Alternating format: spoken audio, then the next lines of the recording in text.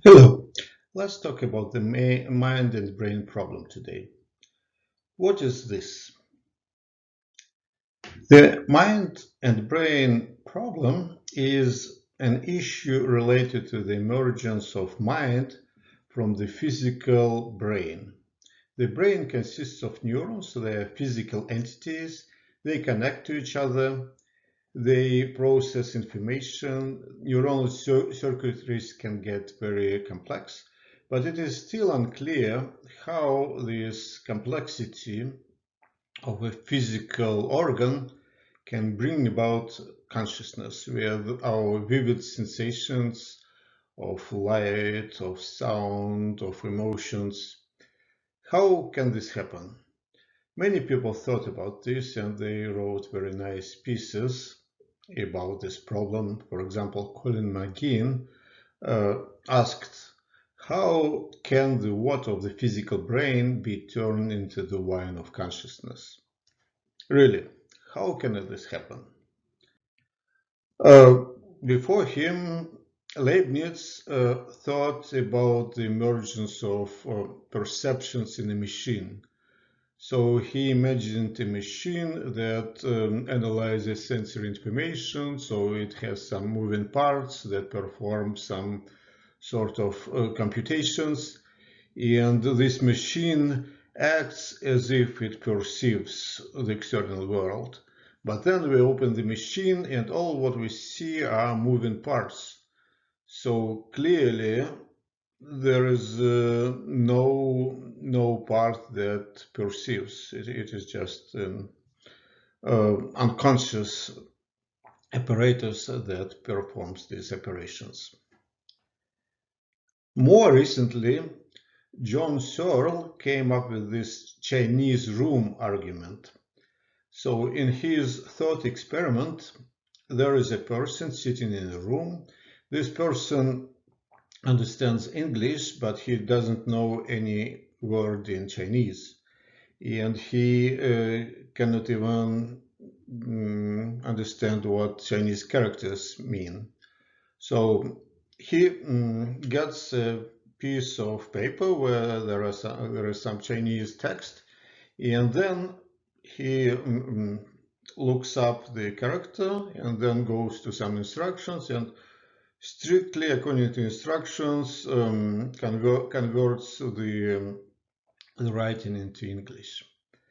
The instructions are very good, so when he passes the translated text outside of the room, then people that receive this text, they say, oh, there is somebody inside the room who knows Chinese really well, must be an excellent Chinese speaker. But the truth is that this person inside the room doesn't know any word in Chinese. So all what he does is mechanically doing instructions. Nowadays there is a Google Translate and it performs the same thing. So Google translates the text, does it very well, but actually Google doesn't have perception. Google doesn't understand languages as human beings do. And finally, David Charams, a famous philosopher, uh, wrote down pretty much very similar ideas, but he became very famous because he called this a hard problem of consciousness. So David Charams said that there are easy problems of consciousness which are related to the issues of neuronal processing of information. Actually, they may not be so easy, but at least it is clear that if we study how neuronal circuitry processes different kinds of information, we will get a good idea how the brain works. But the hard problem is how this processing is converted into the subjective world. When this happens, when our consciousness emerges. Now let's stop for a moment and let's remember Karl Popper with his idea of falsifiable theories.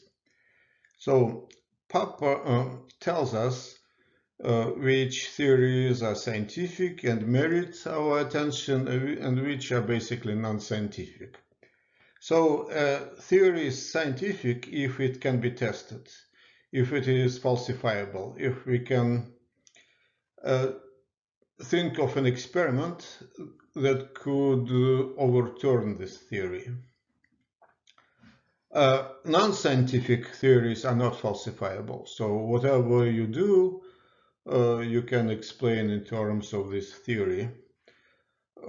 Philosophers produce lots of theories of this sort, and they would argue that they have value, but they're still non-scientific. Many of the theories regarding the mind and brain problem are non-falsifiable and they are not scientific. So should we discard them? I don't know. We probably should know about them, that they exist, but their value for us is very limited because they are non-falsifiable. But this is not to say that all theories proposed by thinkers of the past are bad. Some of them are actually falsifiable. For example, Aristotle came up with a very falsifiable and scientific theory about the emergence of sensations and mind. He compared the brain and the heart as potential carriers of the mind. And he thought very logically, and his conclusion was that the heart is the organ that we use for thinking, for sensing, and the brain is not. If you look at this table, then Aristotle's argument makes a lot of sense. I particularly like the argument that if you stick something in the brain, for example, a nail, then the person will not feel anything. This happens because the brain doesn't have any sensory receptors inside it. So if you don't feel anything in this case, how this organ can be a center of sensation? Of course, it cannot be. We know now that Aristotle was wrong, and the brain is the organ that we use for thinking. Actually, he was not completely wrong, because more recent data shows that the heart plays a significant role in neural processing and even in our consciousness. But anyway, this is an example of a falsifiable theory. Other theories are not so good in this sense. And actually, there are two types of theories regarding mind and body problem. So the first type of theories make some effort to explain how the brain processes convert into consciousness. The second type of theories are not so good because they invoke some extra substance to explain how our mind works. This is a soul or some supernatural entity or God. So all these theories are non-scientific, they are typically non-falsifiable and untestable. But still they're interesting from for the historical reasons. So the most sane theories of this type are dualistic theories. They admit that the brain does have some role in the emergence of our mind, but they also add a soul to the brain. So somehow the brain communicates with the soul, and this is how our consciousness develops. This idea has a lot of problems actually, because if the soul communicates with the brain and it can influence physical processes of the brain, then what about all these physical laws of the conservation of energy, momentum, etc., etc.? So this is a big problem, and for example, René Descartes, whose name is typically mentioned with regard to dualism theories, he thought about this, and then according to Descartes, uh, this is not a big problem. So in his opinion, this strict opposition of the physical and mental is incorrect. So they could be not so different, so they can interact to each other. But once again, this is not a scientific theory, so it is a nice reading, but it doesn't really help us to understand much about how the brain works. And Descartes, although he is typically cited with respect to this dualistic model, he was not the first to express this idea. Even before him, Alexander of Ephrodius also thought about the existence of the soul and how it interacts with the brain. And he argued that you cannot explain the soul just by putting parts together. So it must be something special and different from the physical body. And even before him, Socrates said a very similar thing. So he said that, of course, it would be hard to express yourself without the parts of your body, without your muscles that move your body. But to say that the only only cause of these expressions are the muscles and body parts would be also incorrect. There should be more behind these actions, basically the mind or the soul. Let's now talk about materialistic theories, which are actually the minority of theories about the mind, but still they are more scientific compared to these idealistic theories.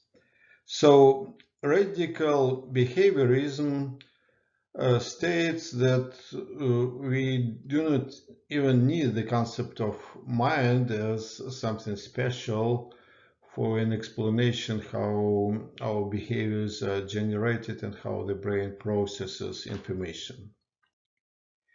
And Russian scientist Ivan Sechenov was a very prominent proponent of these ideas. He wrote the book Reflex of the Brain, and this is a very prominent book. I myself enjoyed reading it. And he starts with a statement that whatever we do, whatever we think about, eventually if we want to express ourselves, then we need to produce muscle contraction. So to speak, to move our arms, to move our eyes, to etc., etc. These are muscle movements. And when we judge about the person's mind, we typically observe such muscle movements. So if we want to understand how the mind works, then the first thing that we should do is trying to understand how movements are generated. And according to Sechenov, there are two types of movements, involuntary and voluntary. Involuntary movements are typically described as reflexes. For example, if I touch something very hot, then I very quickly withdraw my hand from this object. And this movement happens even before I consciously perceive that I have performed this movement. So this is involuntary or driven by a reflex. And voluntary movements are driven not by reflexes, but by our ideas, our free will.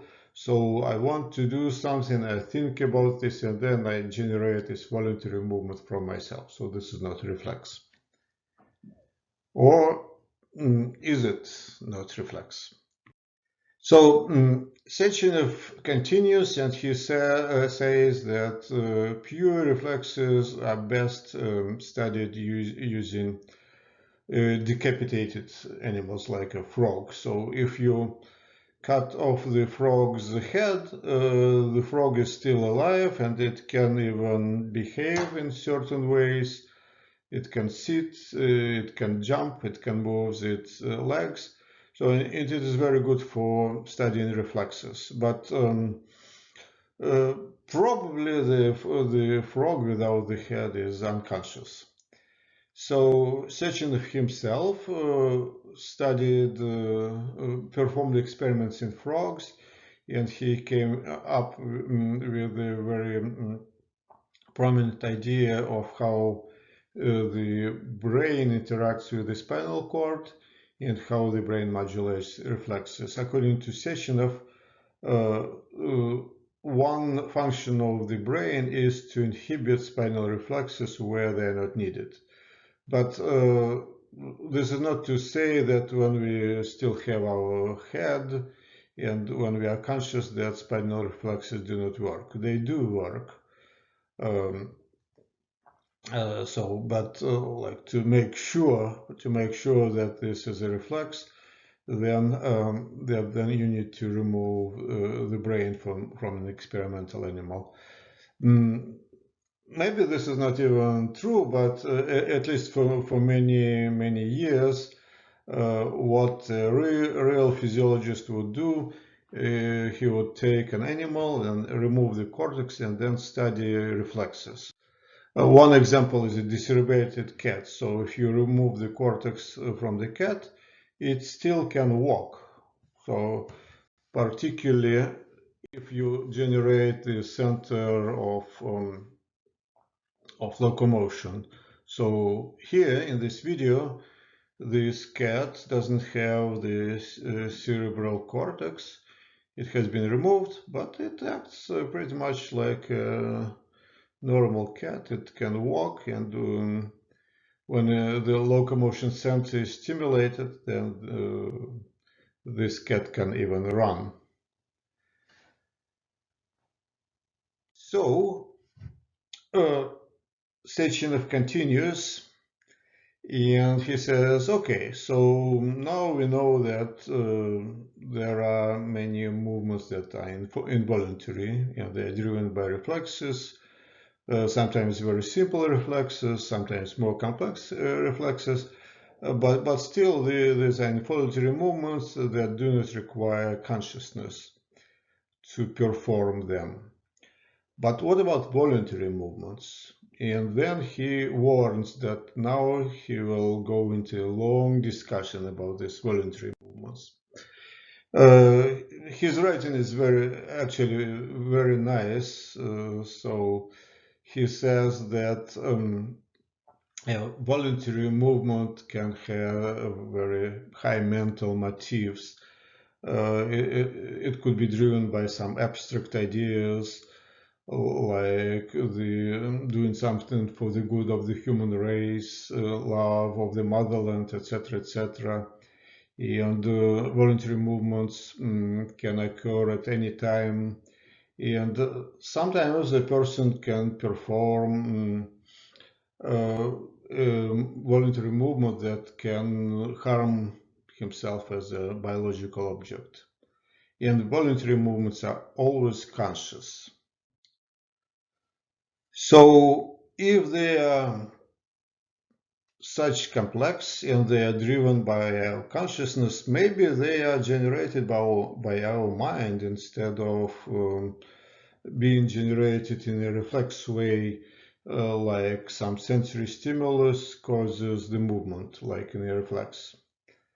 Maybe yes, maybe no. And then Sechenov goes into a long discussion that can be summarized in the following way. Basically, although that voluntary movements look like voluntary and generated by our free will, then a careful consideration shows that they are always stimulus driven. There is always an external stimulus, then some processing of this information that takes into account the history of this individual, even brain plasticity, but still it is always a response to some external stimulus. So voluntary movements are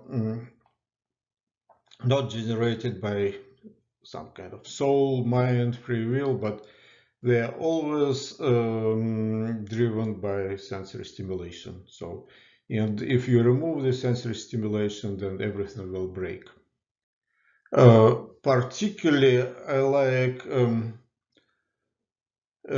his explanation of love. So you can read through this, and he explains very clearly that love has a development, and it all can be described by reflexes with adaptation to the stimulus, brain plasticity that converts it into a habit and into a friendship.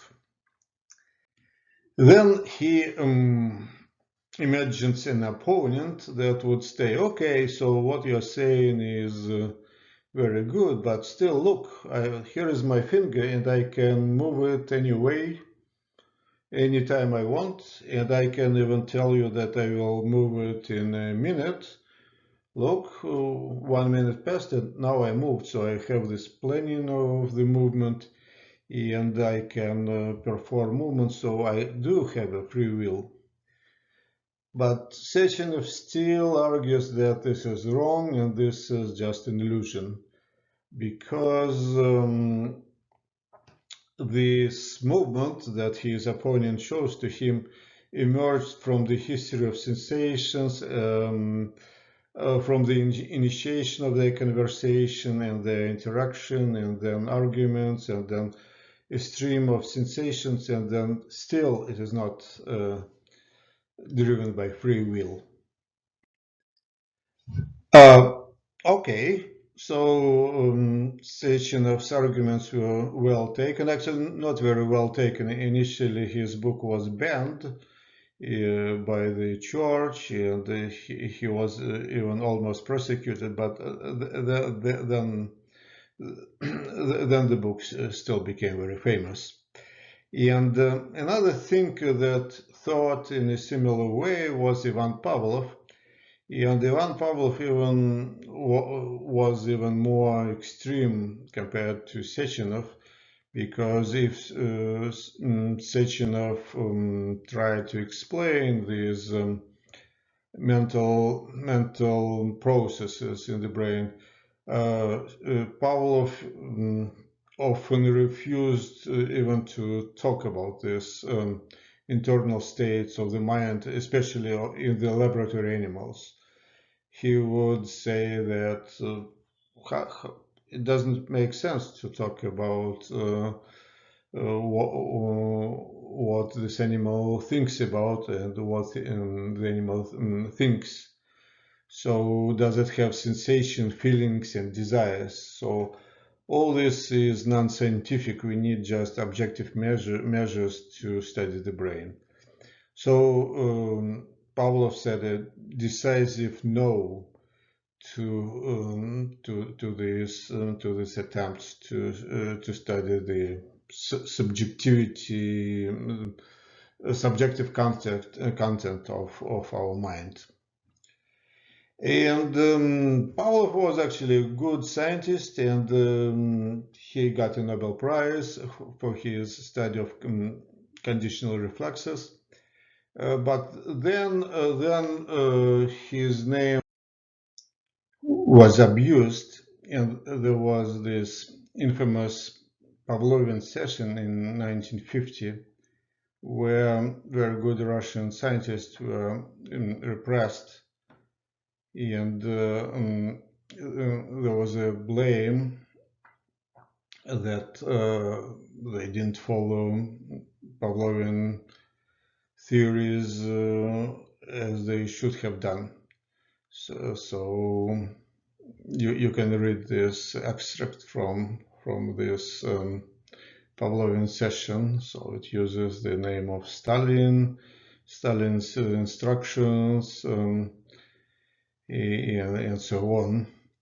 So, but the outcome of this session was very bad for Soviet science because after that you couldn't publish any neurophysiological study unless you used these Pavlovian terms. If you didn't explain any finding in terms of reflexes.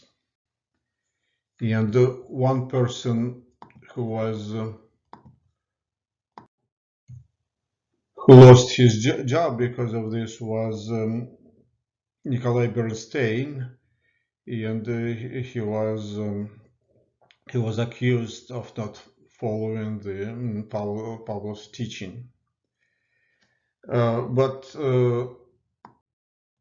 now Bernstein's work is very well recognized, and in fact it is very close to what Sechenov was writing about these different types of movements, and Bernstein develops this idea, and he talks about different levels of motor control, that these levels could subserve reflex-like movements and more voluntary type of movements, and finally the movements that are driven by some abstract ideas.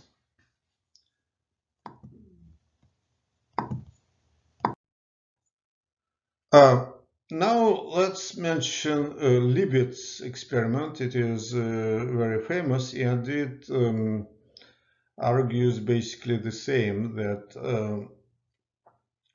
our consciousness, our mind, doesn't really have a role in the generation of movements.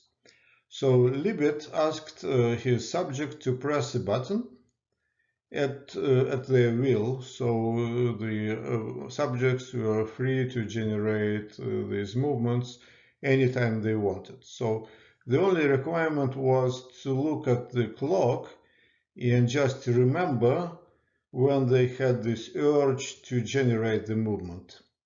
Then the subject reported the time when they felt like producing this movement, and the experimenter compared this data to the recordings from the brain.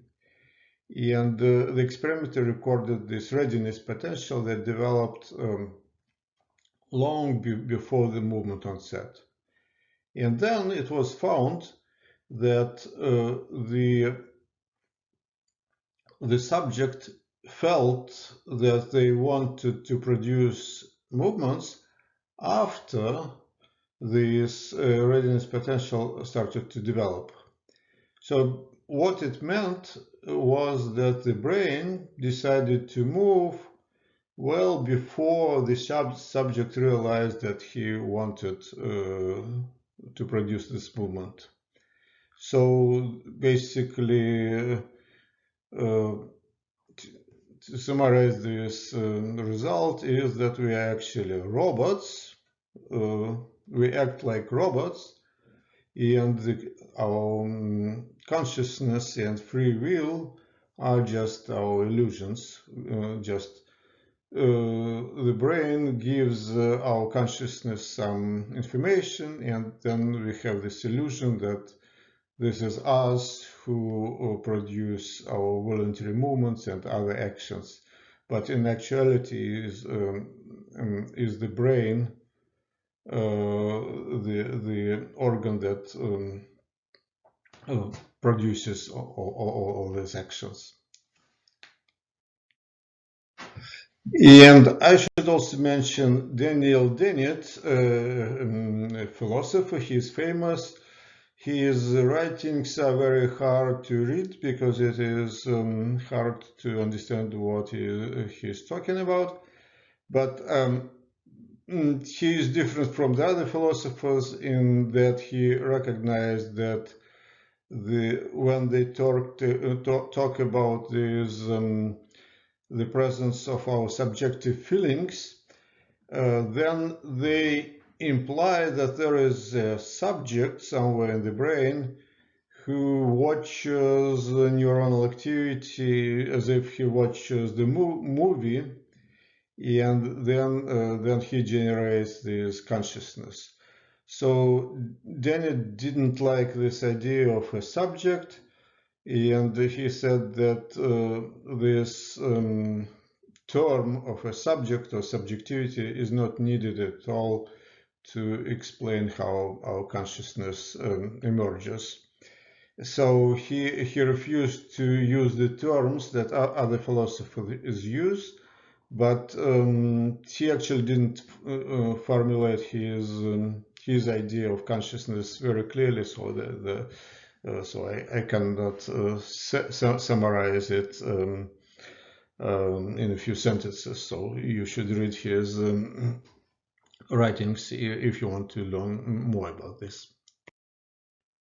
Now let's switch gears a little bit, and I will just give you some experimental results that show that in fact Sechenov and Pavlov and Dennett and all these materialistic thinkers were basically right, that most of what is happening with our mind, what we or the psychic part of our brain activity, it can be explained by neural processes, and we can just stick an electrode in the brain, and then we can have a good idea how the mind works.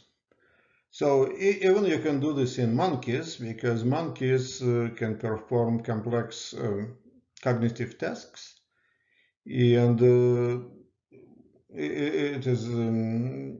can be used as subjects. You can insert an electrode in them. They do not feel any pain when you do this, so they can be awake and they can perform interesting tasks. So this instructed delay task is a very useful task.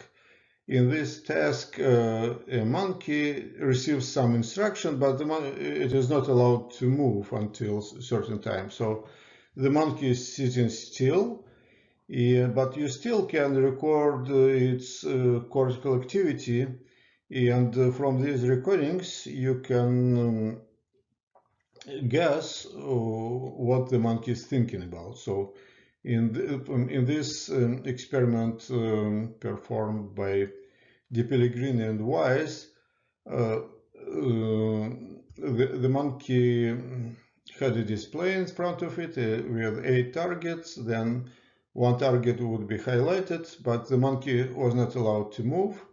And then some distracting targets appeared, and the monkey waited till the first highlighted target was highlighted again. So, and then it performed the movement in this direction. So in this case, the monkey attended to one of the targets, and you can see from the activity of the neuron that is shown on the right, that while the monkey was sitting still and there was no overt manifestation of its thinking, the neural activity still reveals what is going on in the monkey's brain. So when the monkey is thinking about one direction, the activity of this neuron is high. When the monkey is thinking about the other direction, the activity of this neuron is low. Another monkey task. This study was done by Georgiopoulos and his colleagues, and here the monkey received an instruction. One of the targets was highlighted, but then the monkey had to perform a mental rotation. For example, here the target appeared at 90 degrees, but the monkey had to move to 180 degrees target, so it had to rotate 90 degrees.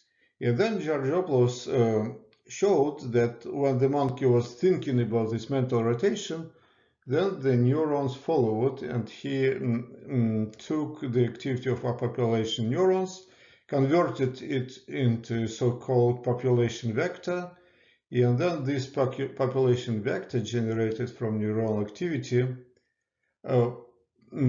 followed the monkey's mental rotation. So once again, you look at the brain activity, and then you have a pretty good idea about what is going on in the monkey's brain. Monkeys can also make decisions. In this experiment by Gold and Shadlin, the monkey was looking at the screen where there were many dots moving in different directions, and there was an average direction of movement.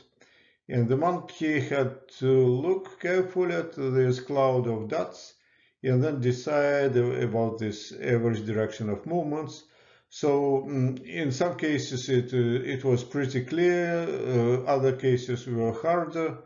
But Golden Shadlin showed that the neurons in the cortex reflected the monkey decision-making process.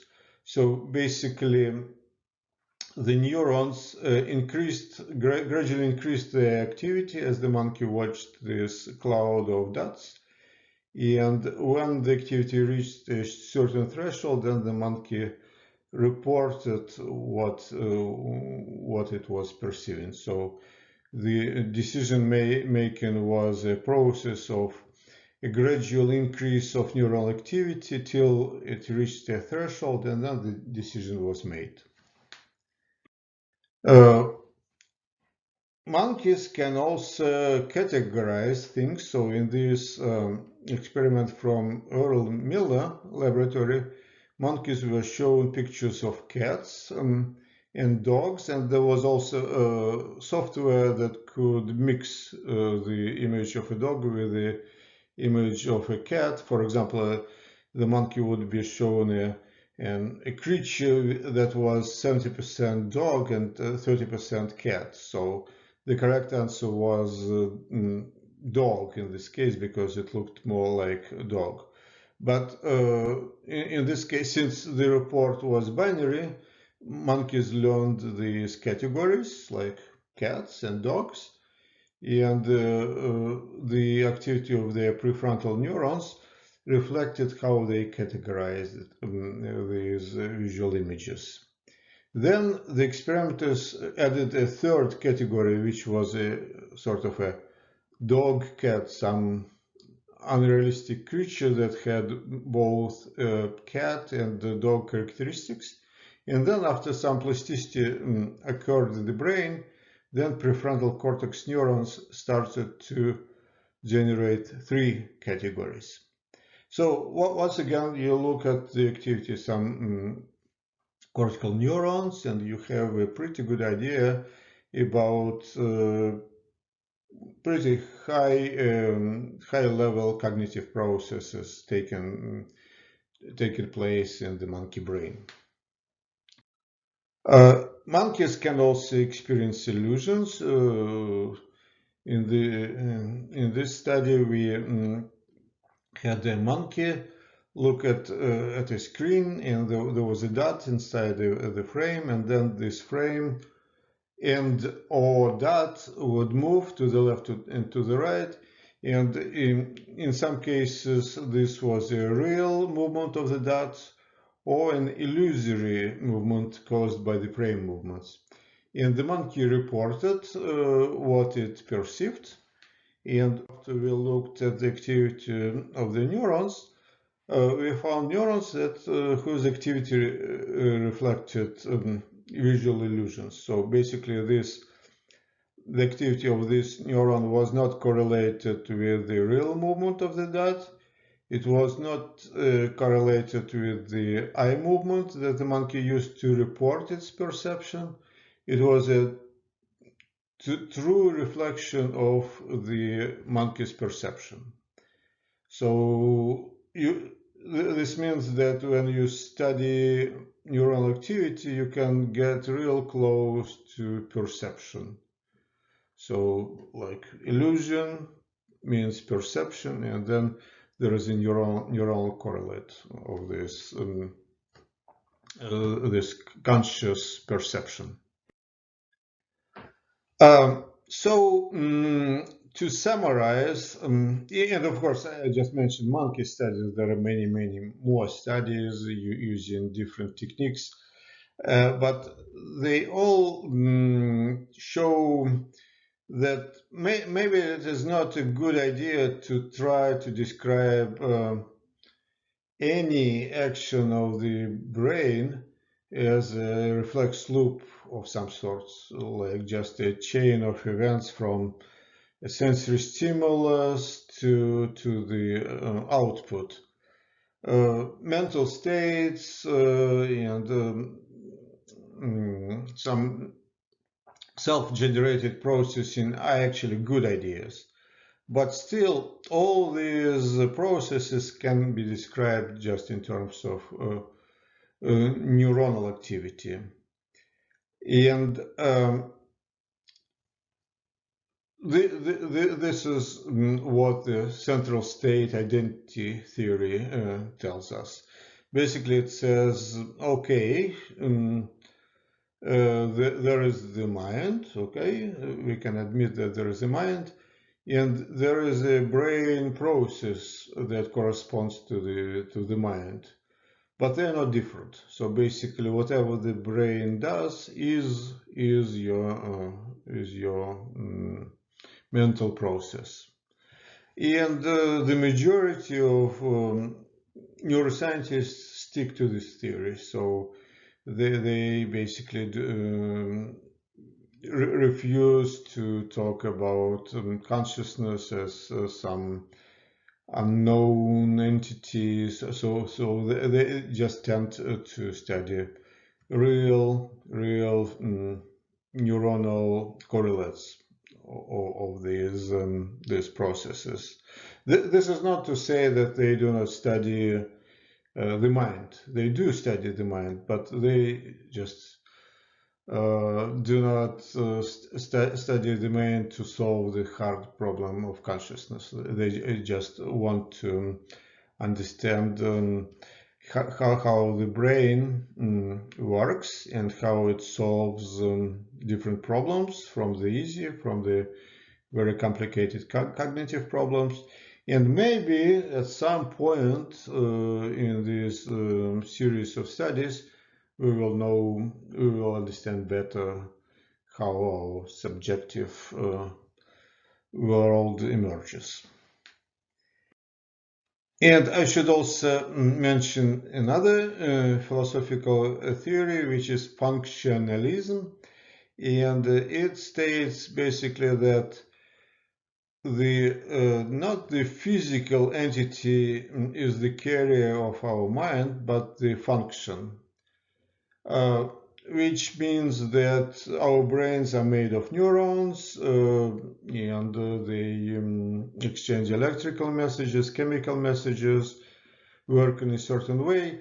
But if the same function could be made using computer chips, for example, then that's the same. Basically, then this apparatus would be as conscious as the human brain. So this is functionalism.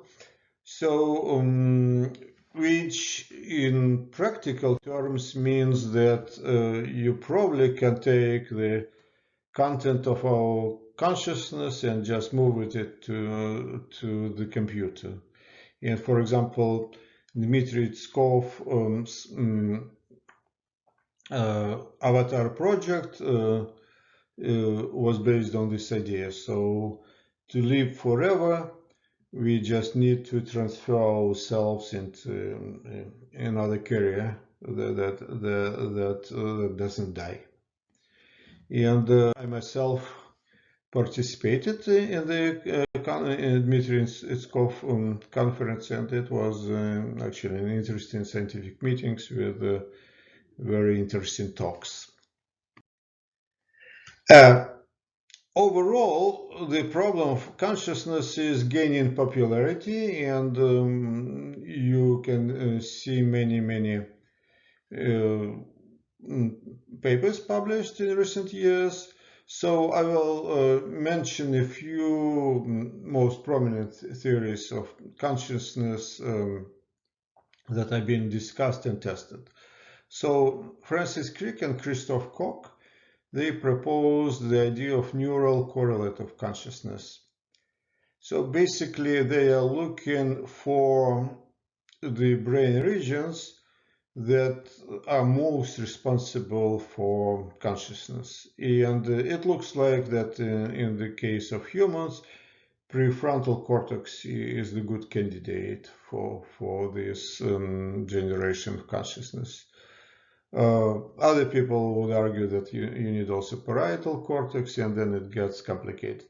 But basically this is an attempt to materialistically explain how our consciousness emerges, but still I'm afraid that all this exercise is kind of non-falsifiable, so it is not clear what they're testing here, and how consciousness in their experiments or theories is different from just perceptions. You can just replace the word consciousness by the word perception, and then it just goes back to objective study of how the brain works, and you don't really address the hard problem of consciousness. Giulio Tononi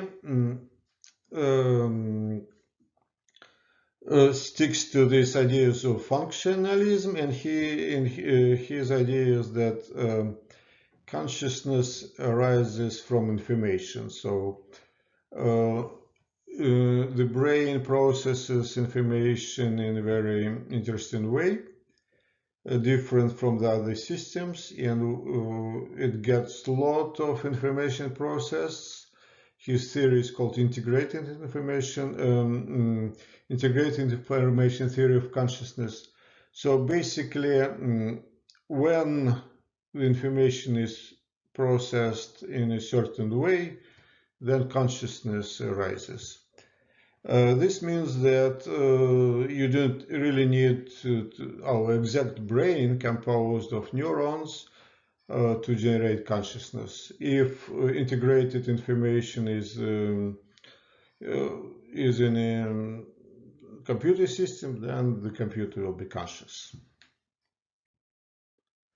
There are more exotic theories. For example, electromagnetic theory of consciousness, proposed by Susan Pocket, states that somehow consciousness emerges from electromagnetic fields generated by the brain. So, okay, but it is still not very clear what makes this electromagnetic field so special that it generates something new. And even more exotic theory is entertained by Hemiroff and Penrose. They think that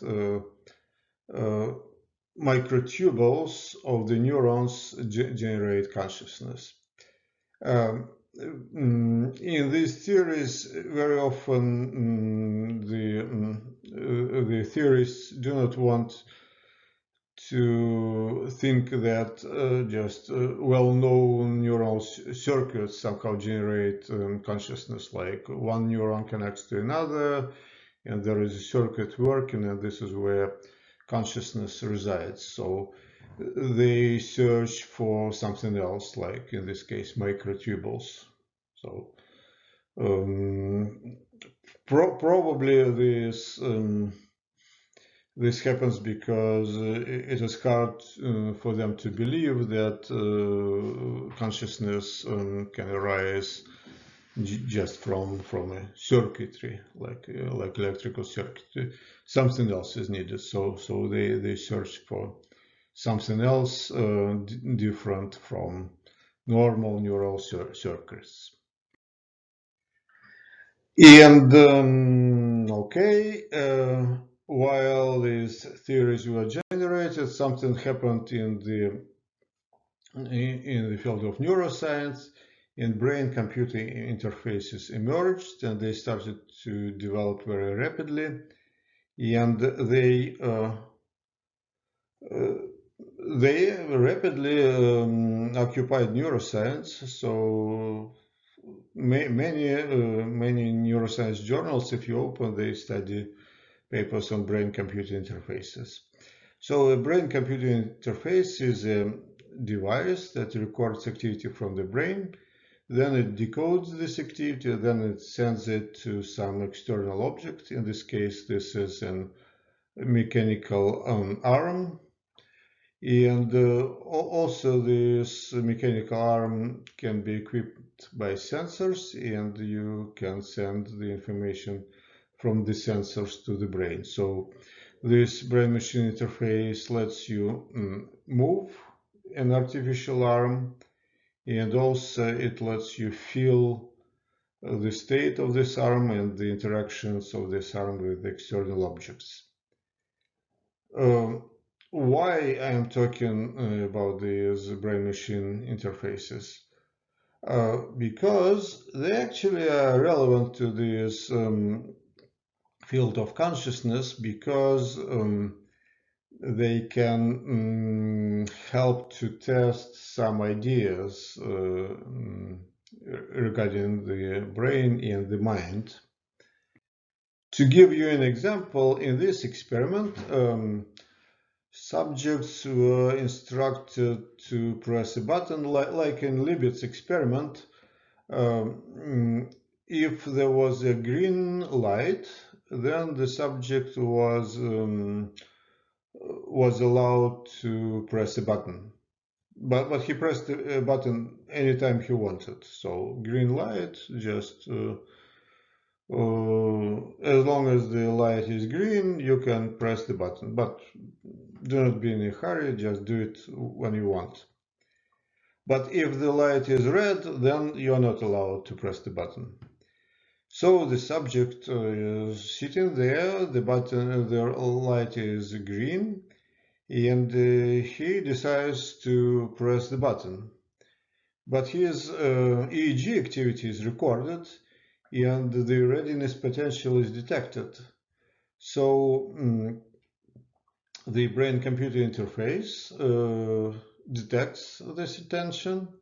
It can be actually subconscious, so the subject doesn't realize that he is initiating movement. And then the brain-computer interface turns the light into red. So now you cannot produce the movement. And it appears that in this setting, brain-computer interface can beat the human subject. So this is a way to manipulate with your free will and with your consciousness using a brain-computer interface. Another application of brain-computer interfaces is to the people in the altered state of consciousness. For example, a person may have a neurological condition or neural trauma, and he cannot move, and he is like in a coma state, but he may be actually conscious, although he cannot produce muscle movements. And now you record the activity of this person, and you build a communication system, and now you can communicate with this person similarly unconscious, who is similarly unconscious. But with the brain-machine interface, you can restore this communication. So this is another way to both improve the conditions of these people with disorders of consciousness and also to understand better what consciousness is. Uh, Finally, you can use brain stimulation to interact with the mind. In this experiment, the monkey operated a brain-computer interface that moved a virtual arm, and then when this virtual arm would touch a virtual object, a stimulation was delivered to this somatosensory cortex, and the monkey started to experience the sensation of touch, which was completely artificial, caused by electrical stimulation. So now with this approach you can create perceptions in the mind, in the brain. So this is another tool to address some problems of consciousness. Well, I will finish now, and hopefully now you know about most of the ideas regarding the mind-brain problem. You understand that this is a tricky problem, that it hasn't been solved, particularly the hard problem of consciousness hasn't been solved. But hopefully I convinced you that we still can study very complex processes in the brain by recording neural activity, by stimulating the brain, and by using brain-computer interfaces. Thank you.